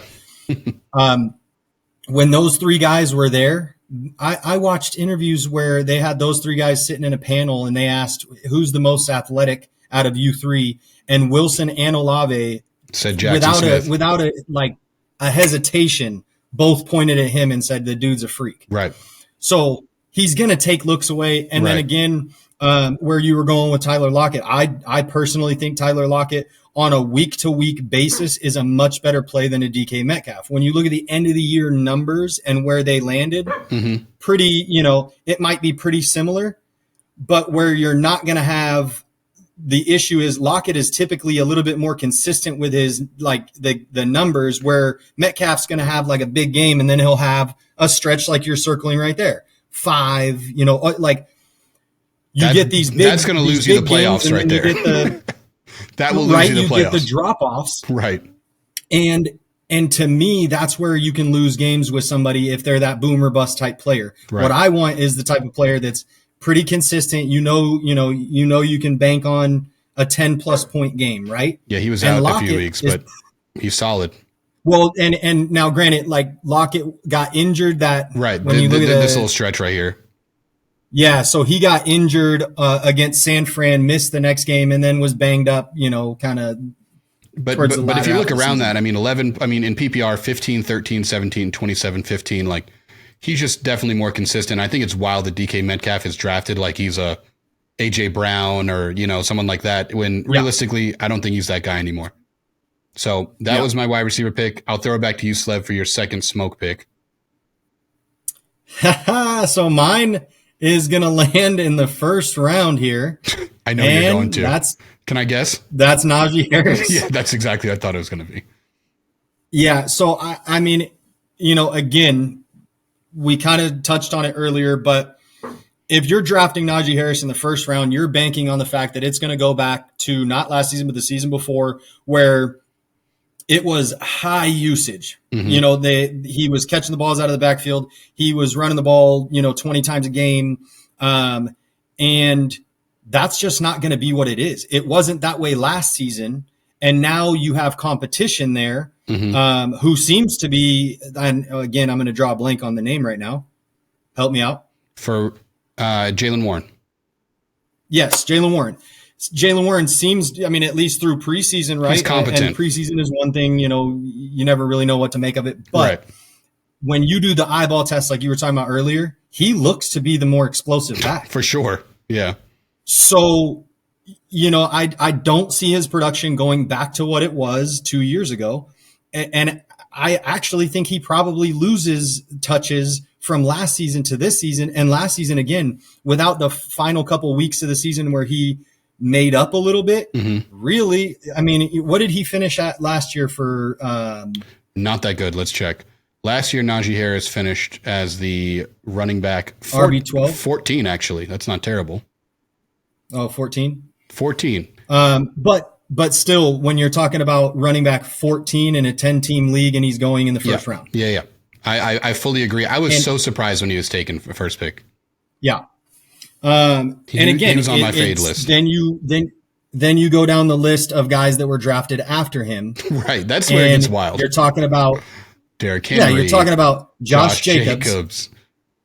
I mean, Derrick Henry. Jahmyr Gibbs should have been. I mean, if you wanted to reach on someone, I love Jahmyr Gibbs. I didn't put him in my fire section because he was already being drafted high. But I think next year he's going to be a top 3 pick, top 4 pick. I really do. Yeah, I think Gibbs is a great pick. But and again, a guy I'm super high on that I would have taken ahead of Najee Harris is Joe Mixon. I think Joe Mixon is actually. He could be primed and ready for like a top 5 running back season. He's another good example of when I mentioned before, you need to get a piece of every offense. That's a perfect example of that. You may not have Jamar Chase, but if you want a piece of that offense, which you should have, Joe Mixon's fine. Yeah. Yeah. And Mixon's an every down back. And the other part is Samaji's gone. Yep. And he was taking touches. Samaje Perine last year had multiple games, even when Mixon was healthy, where he was 10, 12, 13, 15 point fantasy scorer. He's gone now. Right. So a lot of that now falls back to Mixon. I think he gets a little bit more as far as touches and whatnot. But yeah, as far as the smoke pick for me, it has to be Najee. I just don't think he's going to see the touches to justify a first round pick on him. I agree. So my running back pick, I'm torn between 2 players, and I think I'm going to choose the one that you didn't draft because I don't want to rag on one of your players, but I'll just throw out there my little rant real fast. I don't think Josh Jacobs is bad. However, I don't think he returns the value of last year. I think that was definitely his ceiling last year. I think they ran him so many times. I don't think he's going to replicate what he did last year. I don't think he's going to be bad. I just think for where he's being drafted, I think that was kind of not where you drafted him, to be fair. I think you drafted him exactly where he should have been drafted. But in other leagues, he's being drafted in like that 2nd round, and I think that's too high for him. However, my pick this year for smoke is going to be Austin Eckler. And I'll tell you why. Everyone has him slated as the number 1 running back. I mean, just off the board. He's a pass catcher. He did this, he did that. We forget where Austin Eckler came from. I mean, he was undrafted. Melvin Gordon was the running back 1 there, and Austin Eckler kind of squeezed into that position because Melvin Gordon was going through a little, like a contract dispute. Now, granted, he had a great year. He even had a great year last year. Let's pull up his numbers. I mean, an excellent year. I'll call it what it is. It was an excellent year. He was running back number 1 last year and running back number 2 the year before that. So I understand why he's being drafted there. However, if I had to choose one person that I don't think is going to return their value in the first round, it has to be him. I don't think he's going to be the running back number 1. I don't think he's going to be even top 5. I think this year they're going to throw more to their wide receivers. Last year, Keenan Allen and Mike Williams were hurt all year, so he really didn't have any options to throw to. It was kind of like Eckler and nothing else. I feel like those wide receivers stay healthy this year, and I think Justin Herbert just throws for like a zillion yards, all to wide receivers. And when it's time for Eckler to run the ball, I think he's an average running back. You know what I mean? So that's my smoke pick for running back. So I mean, I just got to throw it out there. There couldn't be any bias in this opinion, right? Like, because you have Herbert as your keeper, so you would love to see him throw for 1,000,000 yards and Eckler not I have Herbert in both I have Herbert in both my leagues. Yes, I believe in Justin Herbert. Yes. No, the Eckler pick for me. I gotta say, like, if I was in any one of the top 3 picks, depending on what my keepers were, which mine in particular are 3 wide receivers. Mm-hmm. Correct me if I'm wrong though, Austin, I think that mine are 3 of the top like 7 or 8 wide receivers. Oh, easily top 5, I believe. I think I don't know about top 5 because Amon-Ra is kind of like slept on still, but I think he truly could be a top 5. Yeah, Amon-Ra, I think he falls like in the at least like the I don't know, ESPN ranking. But definitely you have 3 of the top 10. Top 3 of the top 10, yeah. Yeah. No, but yeah, I think if I was anywhere in the top 3 picks, especially with me having 3 wide receivers, I'm taking Austin Eckler, and part of the reason is that he is that every down back. And even if they do somewhere along the way, like discover some, talent that they have that is a little bit better between the tackles in a PPR league, you almost can't go wrong with Eckler. Like you can almost guarantee that he's like, 5-6 catches a game, plus the yards, plus the runs that he gets, like he's just a consistent, at this point, right? And all we know is to go off of what we have. And the last 2 seasons, you pointed out, he's like basically a top 5 running back last 2 seasons. He was running back 1 and running back 2. So I'm not taking anything away from his finishes. Yeah. Like, he's obviously amazing. Yeah. You don't look dumb picking them there. I'm not saying that's a bad pick. All I'm trying to say is I think this is the year we start to see him go back to who he truly was and regress down to just a regular running back. And then you look back on it and you're like, yeah, I guess those 2 years were kind of fluky. That's kind of how I feel. We talked about the eyeball test. Yeah. I watch a lot of Rams and a lot of Chargers games because I live out here in the West Coast. And he's decent. He's good. But I feel like he's good because of volume. Fantasy football is all about opportunities. Last year, he was being fed the ball, dude. Like, every opportunity he could get, he was getting fed the ball. And I feel like as soon as they change their offense to throw to their wide receivers, which they also got Joshua Palmer this year, which is a pretty decent wide receiver. Like, as soon as they make that transition into throwing to their wide receivers, I just feel like he's going to be a regular running back and he's not going to be a number 1. That maybe a little bit of a hot take, obviously coming off of number 1 and number 2, but that's who I've got. There's a lot of other picks I could have chosen, but I just don't believe in Eckler. That's my running back. So I'll throw it back to you for your quarterback / tight end smoke pick. Everyone's going to say it. They're going to say I'm biased because I keep hating on Niners players. But George Kittle, at tight end, I just, you know what I mean? If you look at where he was drafted, and now go ahead and look at the past 2 seasons and the amount of time that he misses, due to injury. And again, I think that when he's on the field, he's shown that he's a top tight end as far as fantasy points go. He could easily have a 20-point game for you, no problem. Mm-hmm. But it's just a situation where, again, like, look at the last 2 seasons, and he's only getting older. He's only getting more beat up. What's to lead me to believe that he's going to play more than, 8 games this season, 9 games this season? He's been injured like every year, hasn't he? Like every year. Yeah, every season he misses time. Yeah. Yeah, damn. And maybe I'm exaggerating on the 8 games, but but again, you're right. He's almost slated to miss like 3 or 4 every single season. But then the problem with that is then he comes back off that injury and he doesn't quite look the same for a couple weeks still, right? Yeah. When you're coming off an ankle, when you're coming off a knee and all those things. So to me, I just feel like he has those great games. He's a very talented player. And his when you're talking about consistency, his strength set has nothing to do with receiving. He's not even really a a receiving tight end. He's a blocking tight end that sometimes catches passes. Yeah, and I know that when you talk about 2 years ago, people were putting him in the conversation with Travis Kelce, which is at this point is this was his season crazy. 2 years ago, Slevin. He was, and damn, how the hell was he? Oh, he was tight end 20. Granted, you know what's crazy? I'm looking at his PPR rankings. He was the 3rd best tight end last year and the 4th best tight end the year before that.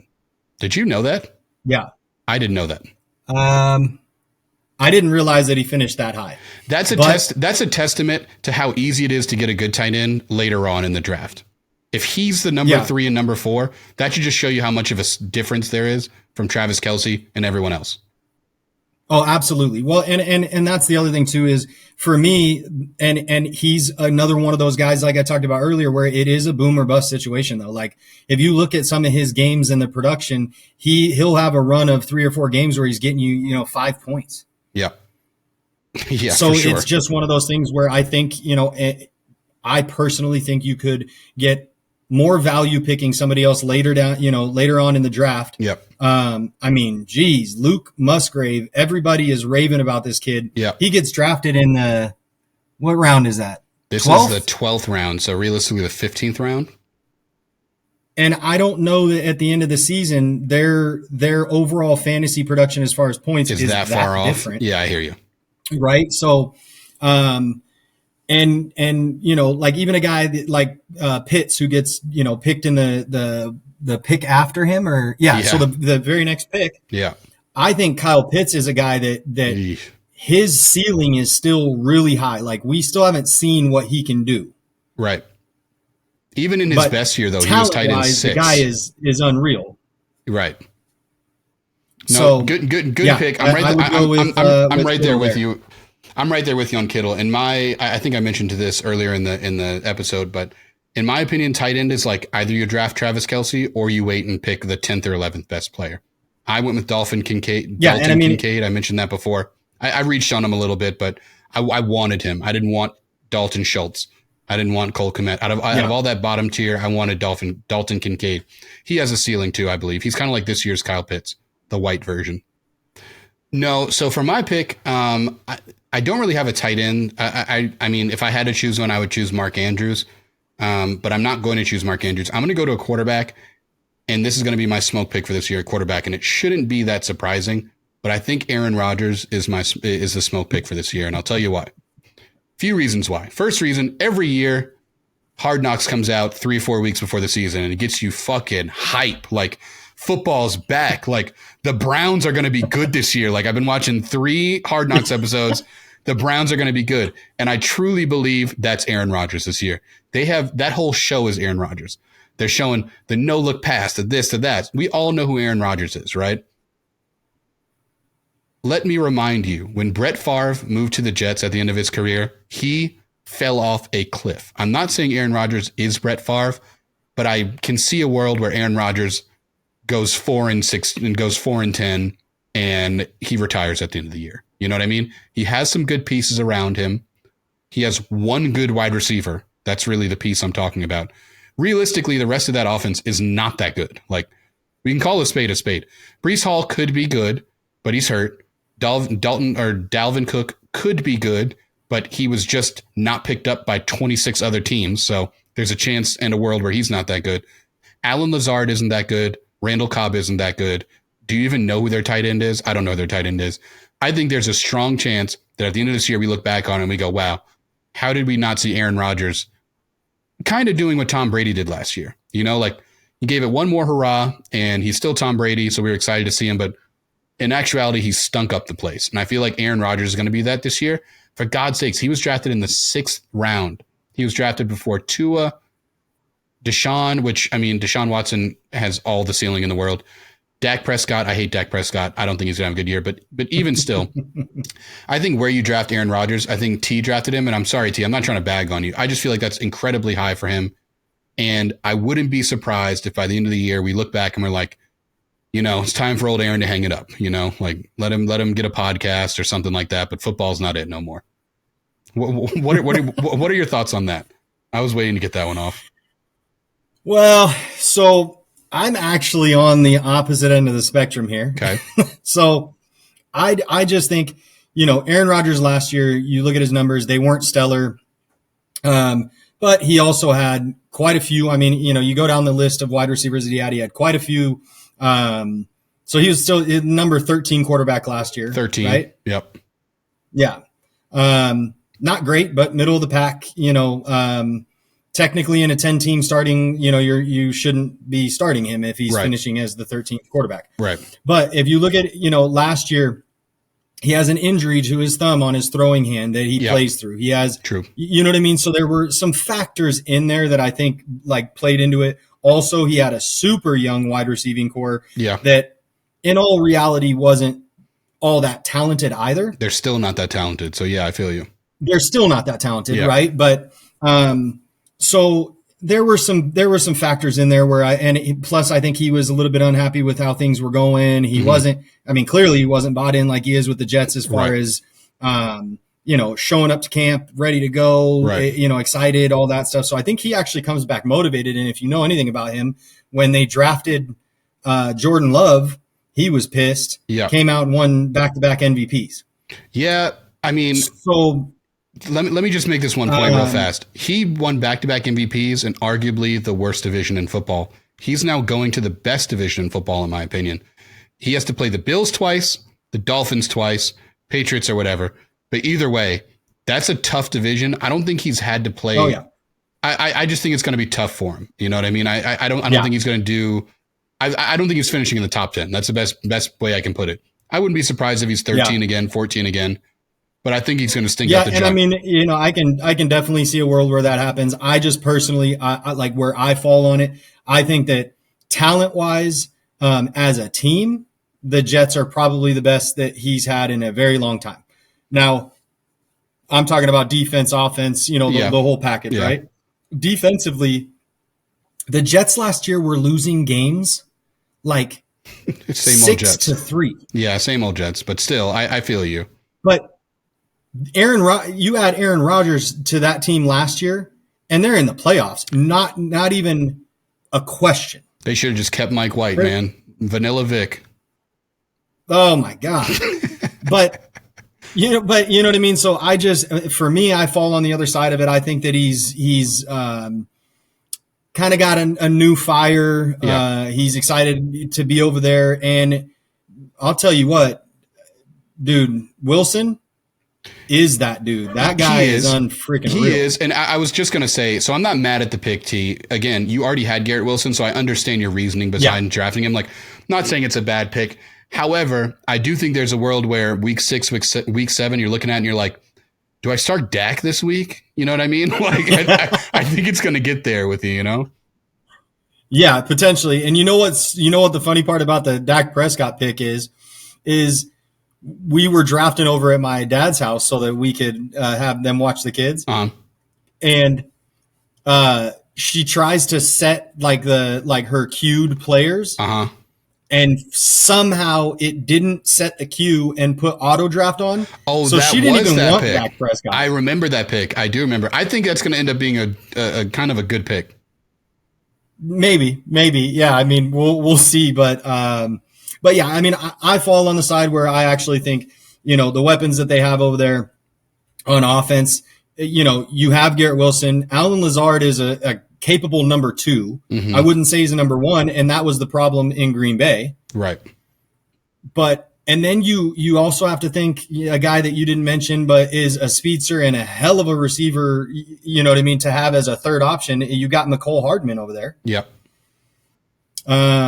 And then Randall Cobb, just kind of it's old trusty, I guess. If either way, I'm sticking by my pick. I think that team is going to be the same old Jets, and I think I won't be surprised in a little while when he's not doing that well.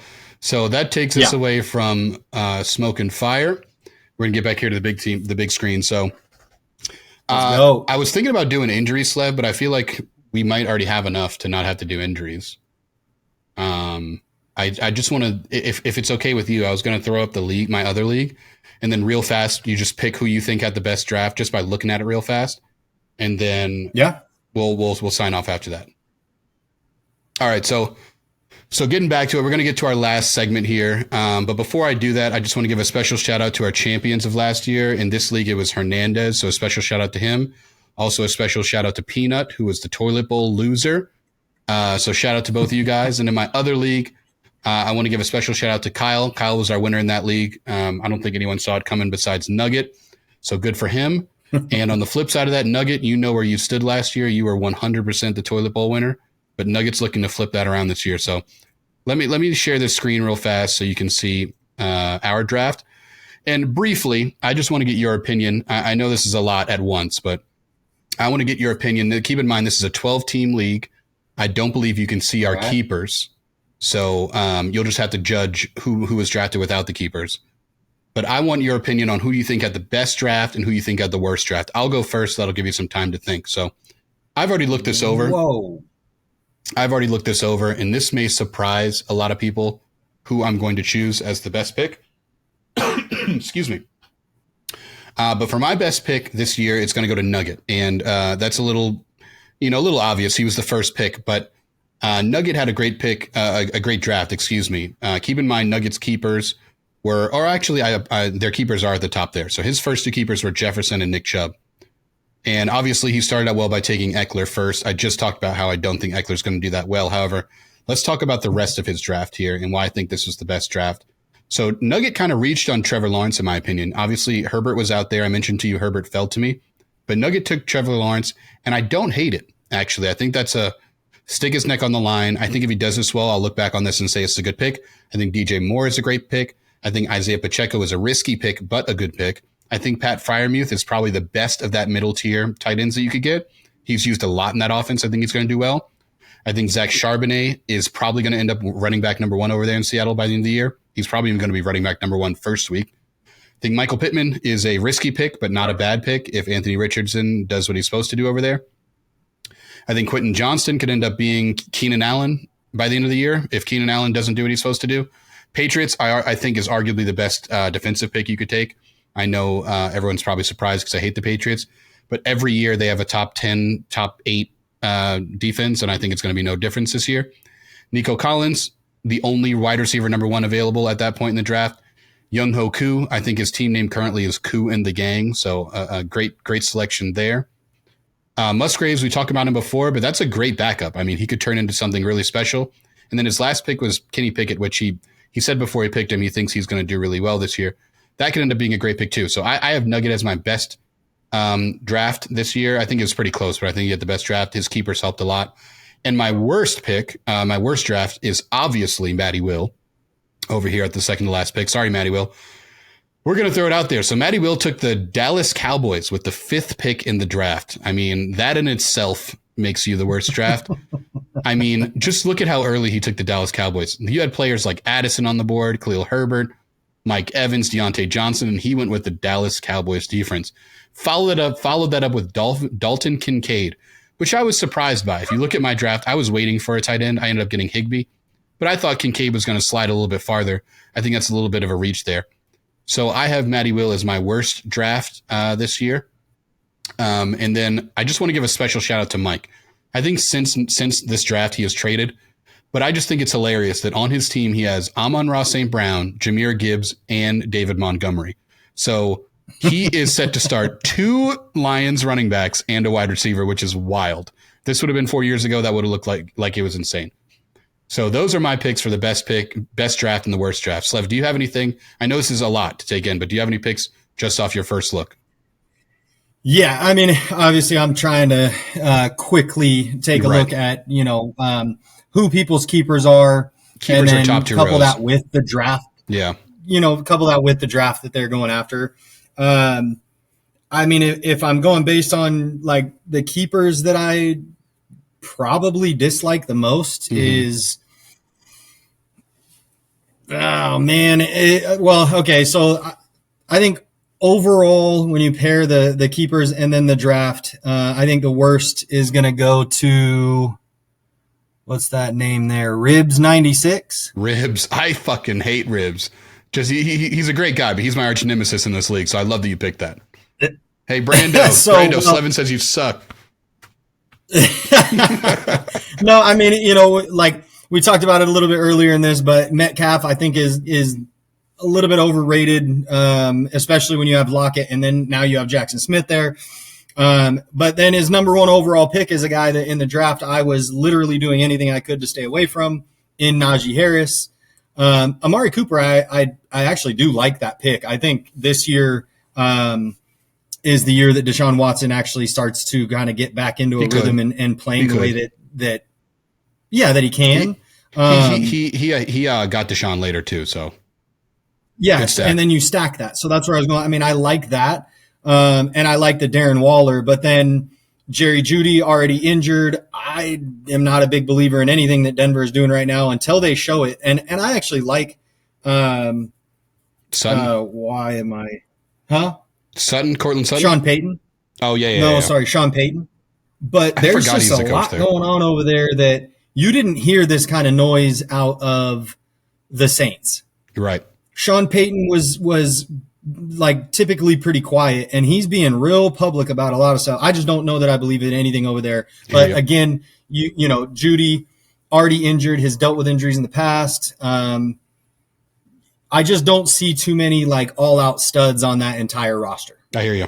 I 100% hear you. I will say though, I do, and we didn't even touch on this in ours, but as far as a,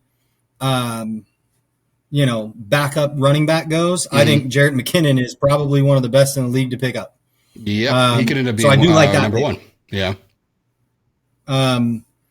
Because, Pacheco is probably, a better between the tackles runner, and he's going to get that work.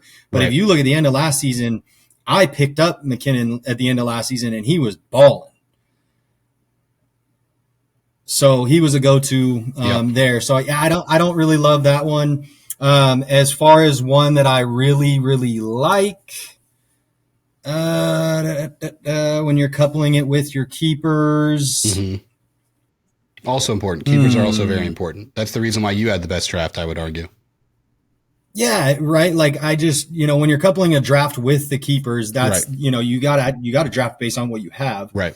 I've got to go with Nugget. And I know you already went there, so I'm kind of beating a dead horse with that No, one. I But mean, say it. If you have it's- Justin Jefferson and Nick Chubb, probably two of the most, like, just chalk it up. They're going to be top 5 in their Solid. position. Right. Like that, no brainer. And then Austin Eckler, which in my opinion, I think is another one, just chalk it up to be a top 5 in his position. I hear you. Because even if he's top 5, that's a regression from 1 and 2 the last 2 years. Exactly. And then, Trevor Lawrence, I like more. Pacheco, I'm not real high on because I do think that McKinnon is that receiving back, and Patrick Mahomes. He was on my fade list. He was on my fade list. I didn't want to draft any of those running backs. Yeah. But yeah, I mean, I think overall, Charbonnet over with Seattle, he could end up being at the end of the season the number 1 back over there. Absolutely. Pittman, who knows? Right. Just because you don't know what you're getting at that in point in the draft. But at that point in the draft, I think it's a good pick. I think you should have picked Jahan Dotson over him, but it's not a terrible pick. Where you're getting him, of course, like it's not like he reached necessarily. Right. So it's just, you don't really know what you're getting at quarterback. And then again, I touched on this earlier, but Musgrave, everybody's raving about this kid.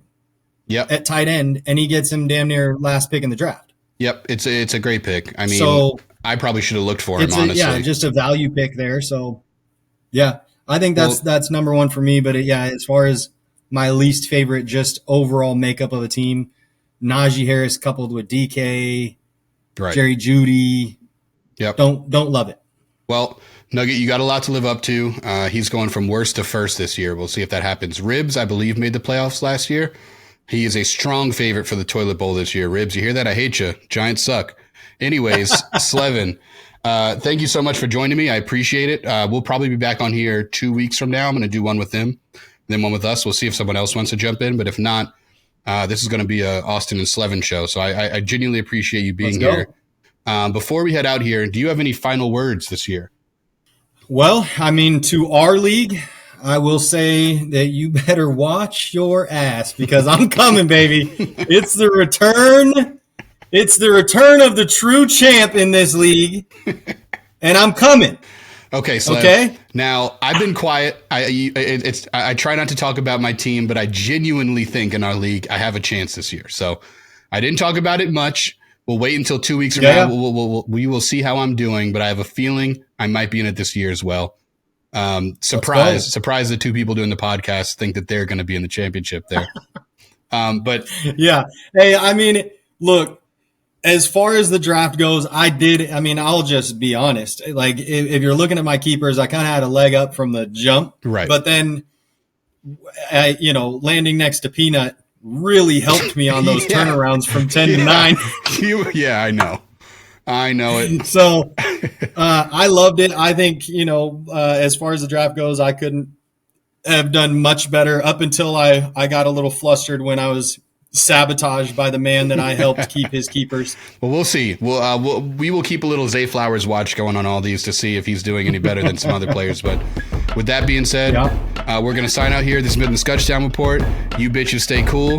By the way, all you guys are jabronis. Your mom's a hoe. We'll see you next week.